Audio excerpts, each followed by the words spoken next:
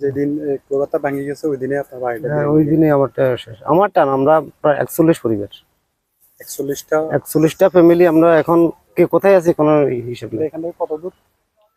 এই switch gate থেকে কত, মনে করেন আমরা এখানে লগে এখানেও বাড়ি আছিল, এখান থেকে চালু করে মনে হয় প্রায় 2 কিলো দেখলি, মানে 2 কিলো পর্যন্ত ভেঙে গেছে ভেঙে গেছে। পুরোটা অংশ। হ্যাঁ, পুরোটাই এখনো তো ভাঙতেছে। এখনো ভাঙতেছে।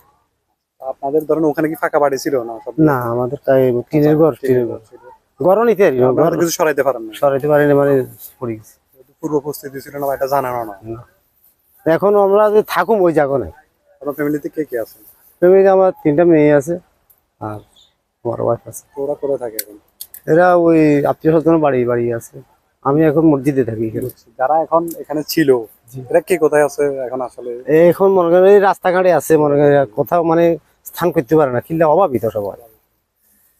সরকারি রিং বান্ধের উপরে ছিল। আপনারা কি আসলে সরকার থেকে কোনো আশ্বাস পেয়েছেন কিনা, না, কিছু পাইনি।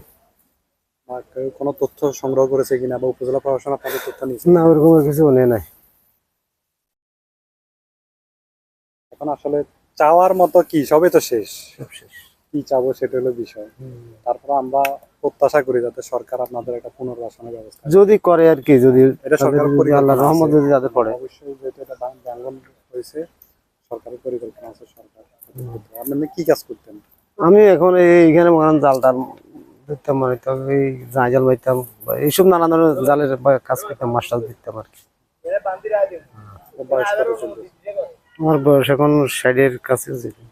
এই বাড়ি ধরেন কত সালে নির্মাণ করছেন? আমি এখানে আইসে গিয়া 10 বছর।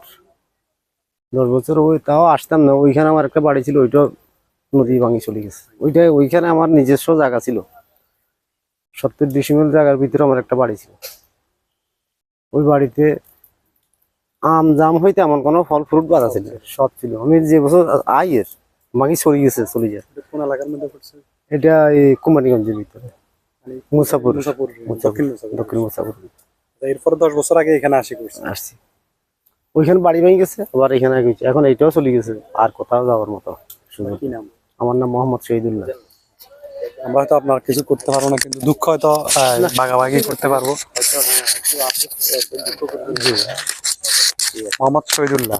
জি, শহীদুল্লাহ বয়োবৃদ্ধ মানুষ। ওনার বয়স প্রায় 60 ঊর্ধ্ব বয়স। ওনার এর আগেও একটি বাড়ি ছিল যেটা প্রায় 70 ডিসিমের বেশি ছিল। পরিপূর্ণ একটা বাগান বাড়ি ছিল এক কথায়। উনি সবকিছুই ওনার ছিল। এক কথায় সব হারিয়ে ফেলছি, এখন আর এক কথায় সুখের জীবন ছিল।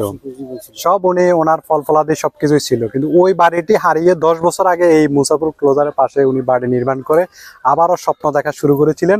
কিন্তু এই ক্লোজারের সাথে ওনার স্বপ্নটুকু হারিয়ে গেছে। আমরা প্রত্যাশা করব উপজেলা প্রশাসন, জেলা প্রশাসন এবং বাংলাদেশ সরকার এই শহীদুল্লাহ সাহেবের মতো আরো প্রায় 100টিরও বেশি বাড়ি ইতিমধ্যে ভেঙে গেছে এবং আরো শত শত বাড়ি ভাঙবে, তাদের পাশে দাঁড়াবেন, এটাই আমরা প্রত্যাশা করি।